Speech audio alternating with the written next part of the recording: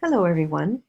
This is the fourth in a series of videos created by the Career Development Practitioners Certification Board of Ontario to assist you with preparing your application for certification. This fourth video will assist you with starting Section 7, Standards and Guidelines, and specifically focus on the core competencies, which is the first part of Section 7. Then in the next and final video in this series, we will look at the specializations in Section 7, as well as finishing Section 8, Other Related Training. The sample application being used in this video is the same one from the other videos in the series, and you can find it on the CDP-CBO website along with other sample applications. You may want to set aside several blocks of time to complete Section 7 on the Standards and Guidelines, as this is the longest section to prepare for the application. There are 4 core competencies from the Canadian Standards and Guidelines that you will write about in Section 7. Professional behavior, interpersonal competence, career development knowledge, and needs assessment and referral. And if you'll just bear with me now, I'm going to go to the sample application form, and in this particular sample, the Section 7 that we're going to be looking at starts on page 9 with the description, and then the actual examples that we're going to look at are on the next page. So in this section, Section 7, you will be describing how your work experience and skills match the competencies outlined in the Canadian Standards and Guidelines for Career Development Practitioners. And if I just scroll down to the very first section, so you can see how each of these competencies is laid out. The chart that you see here, you'll see a chart similar to this for each one of the 4 competencies. It's taken from the Canadian Standards and Guidelines for Career Development Practitioners snapshot document. The additional columns, T for training, W for work, and O for other, were added for the purposes of this section on the application. This snapshot of each of the competencies provides excellent information on how to read and review the standards and guidelines. This snapshot document and full versions of the core competencies and specializations as well can be downloaded at the website that you see listed at the top of this page. Before beginning to work on this section, it would be helpful for you to review the full documents with the 4 core competencies at this website to familiarize yourself with the types of points you will need to address in writing about your competencies and specializations. Once you have a general idea of the core competencies, you can then just use the snapshot on the application form to guide you in filling in each of these 4 sections. So for the purpose of the application, you will be describing how your skills and experience meet all 4 core competencies. For each of the core competencies, you may have developed your skills in these areas through training and or work experience and or other types of experience.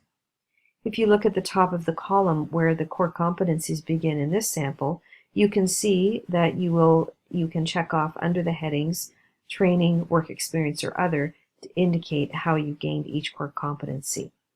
And then what you will do here is to provide the check marks at the beginning of each section for each of the 4 core competencies, and then in the evidence box below that, you will insert descriptions of how you gained each competency through training, work experience, or other. Please note that in writing about how you gained each competency, it is not sufficient to simply say, "See attached resume." We need you to identify and describe what skills and experience you have developed that specifically meet each core competency.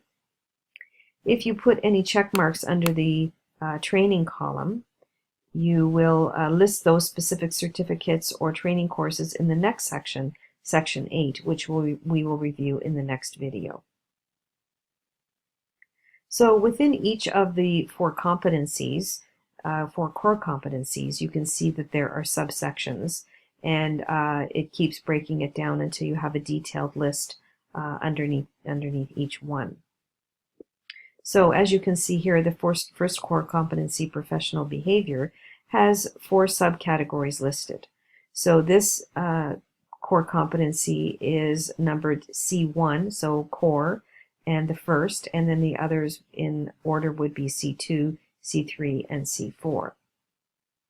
So you can see underneath or next to the main heading of this core competency that the functions are broken down into 4 separate areas. So using the same indicator C1 at the beginning of each of these, and then numbering each one in order. So there are 4 functions or subcategories that fall under this core competency. Adhere to the code of ethics and the ethical decision-making model, demonstrate a commitment to professional development, use analytical skills, and manage work. And then to the right of each subcategory is a more detailed breakdown of the description of each competency. Next to these detailed points, you will check whether you developed your skill in each subcategory through work, training, or other. Note that you can check more than one category for each. So on this sample application form for the first competency of professional behavior, in the subcategory of adhering to the code of ethics and the ethical decision-making model, this applicant has indicated for this first point, follow the code of ethics and apply the ethical decision-making model, that she gained this competency through training. For the second point in this category, demonstrate professional attributes, she's indicated that she gained this competency through both training and work experience. So for all of the points listed under each competency, you will first simply go through the chart and put check marks under the appropriate columns to indicate how you developed your competency in each of these areas. Once you have put the check marks in the appropriate boxes at the top of a competency section, next you will need to provide some detailed written description of how you developed each of these competencies. You will insert this information in the evidence section underneath each chart where you have checked off the columns. For competencies obtained through training, you will simply indicate the relevant course title, date completed, and then list the documentation in section 8, which will be covered in the next video. For competencies obtained through work experience or other means, you will briefly describe when and how you have demonstrated this competency through your work experience. You can use one statement or example to provide evidence for more than one competency at a time, and we'll show you an example of this in just a moment. In looking at this example, you can see in the detail that this individual has written brief explanations for each of the points in this first competency. So let's look at one of those examples. The first point for this competency is adhere to the code of ethics and the ethical decision-making model. If we just go back up to the chart for a moment, you can see that that first heading is listed here, adhere to the code of ethics and the ethical decision-making model. And the first descriptor reads C1.1.1, follow the code of ethics and apply the ethical decision-making model. So this individual has taken that indicator, C1.1.1, and then provided a description to demonstrate her skills in this area.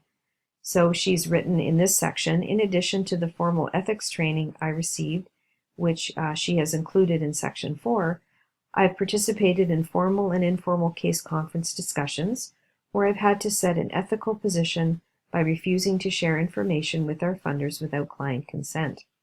We've had a number of staff meetings on our agency code of ethics in all the agencies in which I've worked.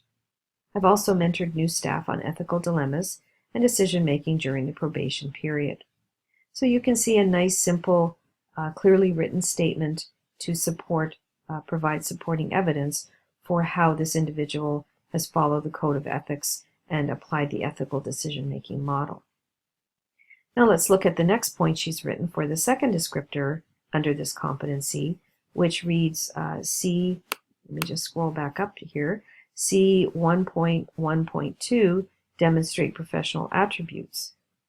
And again, note that she was able to use her description, we'll go back to that in a second, for the next point, C1.2.1, develop relationships with other professionals.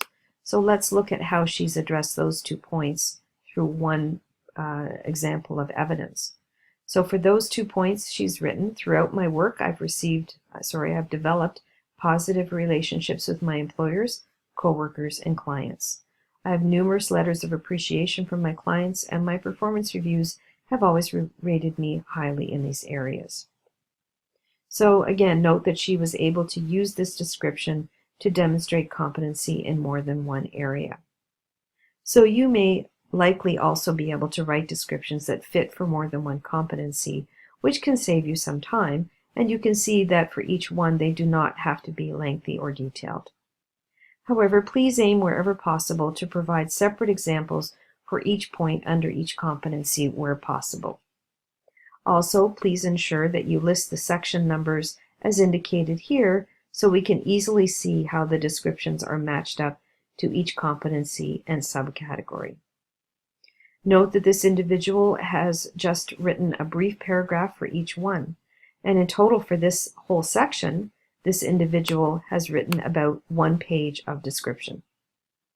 While these competency description sections do not need to be lengthy, you will likely need to put some thought into what you want to write for each one. This is the reason that we say this section will likely take the longest to do on your application, and that you may need to schedule several sections to work on your application. So you will need to complete this step for all 4 of the core competencies. If we scroll through the rest of the application, we can see that this individual again has been able to provide evidence to fit with more than one competency at a time. So you can see, for example, in the next section that she has been able to use evidence to support several of the subcategories underneath the core competencies. You may find it helpful to focus on only one competency at a time, perhaps doing 1 per day over the space of a week.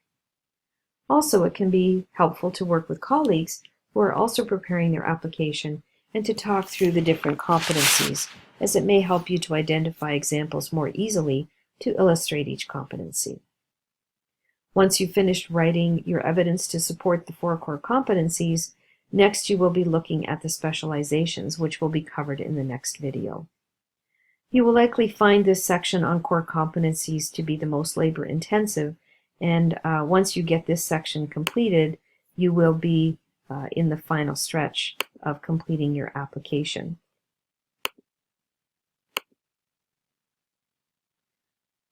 So the finish line is in sight.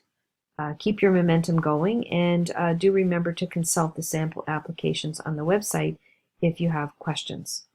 So on to video 5, and you will be able to complete section 7 on specializations and section 8 on other related training.